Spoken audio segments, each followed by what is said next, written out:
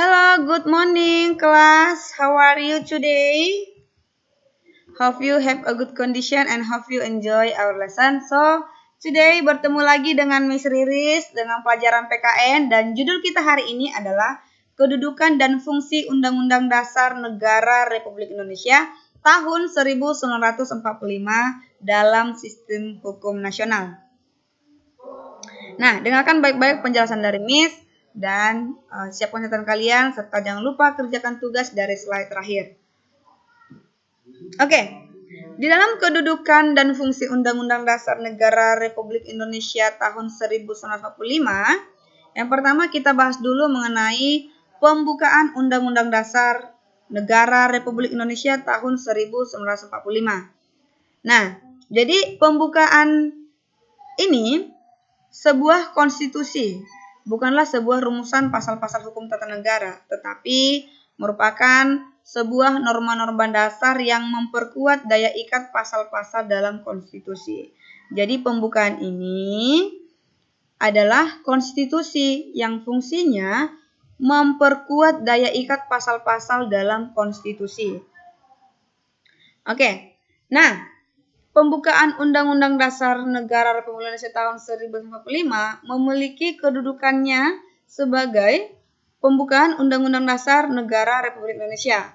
Yang kedua, pembukaan Undang-Undang Dasar Negara Republik Indonesia tahun 1945 memuat pokok kaidah negara yang fundamental.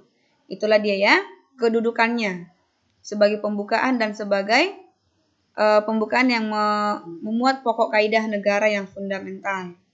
Nah, tadi kita berbicara mengenai kedudukan pembukaan Undang-Undang Dasar, sekarang kita berbicara mengenai kedudukan Undang-Undang Dasar itu sendiri. Yang tadi pembukaan, sekarang Undang-Undang Dasarnya. Nah, jadi ini dia Undang-Undang Dasarnya. Semua produk hukum di Indonesia seperti undang-undang, peraturan pemerintah, dan peraturan presiden harus dilandasi dan bersumber pada Undang-Undang Dasar Negara Republik Indonesia tahun 1945. Nah, jadi apapun yang ada hukum di Indonesia harus berlandaskan dan bersumber dari undang-undang. Oke, dan Undang-Undang Dasar ini adalah sumber dari segala sumber hukum. Oke, bagaimana sistematikanya Undang-Undang Dasar Negara Republik Indonesia ini?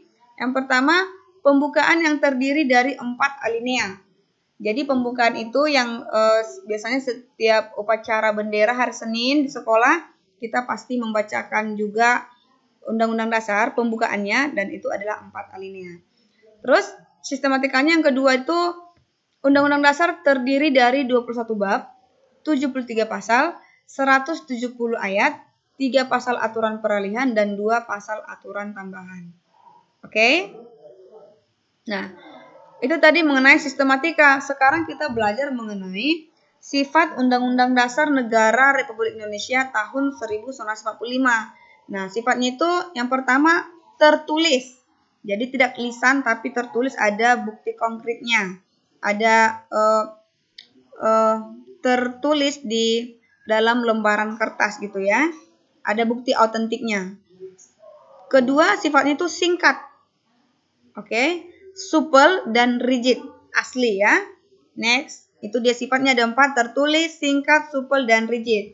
Next, fungsinya apa gitu ya? Fungsi Undang-Undang Dasar Negara Republik Indonesia tahun 1945 ini fungsinya sebagai hukum dasar. Oke, dasar dari segala hukum di Indonesia. Kedua, sebagai alat kontrol, mengontrol semua yang terjadi di Indonesia. Ketiga, sebagai pengatur, dan keempat, sebagai alat penentu. Jadi Undang-Undang Dasar ini memiliki 4 fungsi, sebagai hukum dasar, sebagai alat kontrol, sebagai pengatur, dan sebagai alat penentu. Nah, sekarang kita masuk ke kedudukan peraturan perundangan dalam sistem hukum nasional. Nah, peraturan perundangan dalam sistem hukum nasional itu yang pertama, Undang-Undang Dasar Negara Republik Indonesia tahun 1945. Oke. Yang berikutnya, ketetapan Majelis Permusyawaratan Rakyat atau MPR. Yang ketiga itu undang-undang atau peraturan pemerintah pengganti undang-undang. Yang keempat, peraturan pemerintah atau PP. Yang kelima, keputusan presiden. Yang keenam, peraturan daerah provinsi. Dan yang ketujuh, peraturan daerah kabupaten atau kota. Itulah dia yang menjadi kedudukan peraturan perundangan dalam sistem hukum nasional. Dan yang paling atas itu adalah Undang-Undang Dasar itu sendiri. Oke. Apa yang menjadi sifat dan ciri-ciri serta arti penting peraturan perundangan? Yang pertama itu merupakan peraturan yang tertulis, tadi ya sama dengan yang sebelum kita bahas. Yang kedua dibentuk, ditetapkan, dikeluarkan oleh lembaga negara atau pejabat yang berwenang, jadi tidak asal-asalan, resmi. Dan ketiga merupakan norma hukum atau aturan yang mengatur pola tingkah laku. Yang keempat mengikat secara umum dan menyeluruh. Oke, itu dia yang menjadi sifat dan ciri-ciri peraturan perundang-undangan. Nah, yang berikutnya melaksanakan dan mempertahankan Undang-Undang Dasar Negara Republik Indonesia tahun 1945. Dilakukan dengan cara bagaimana melaksanakannya?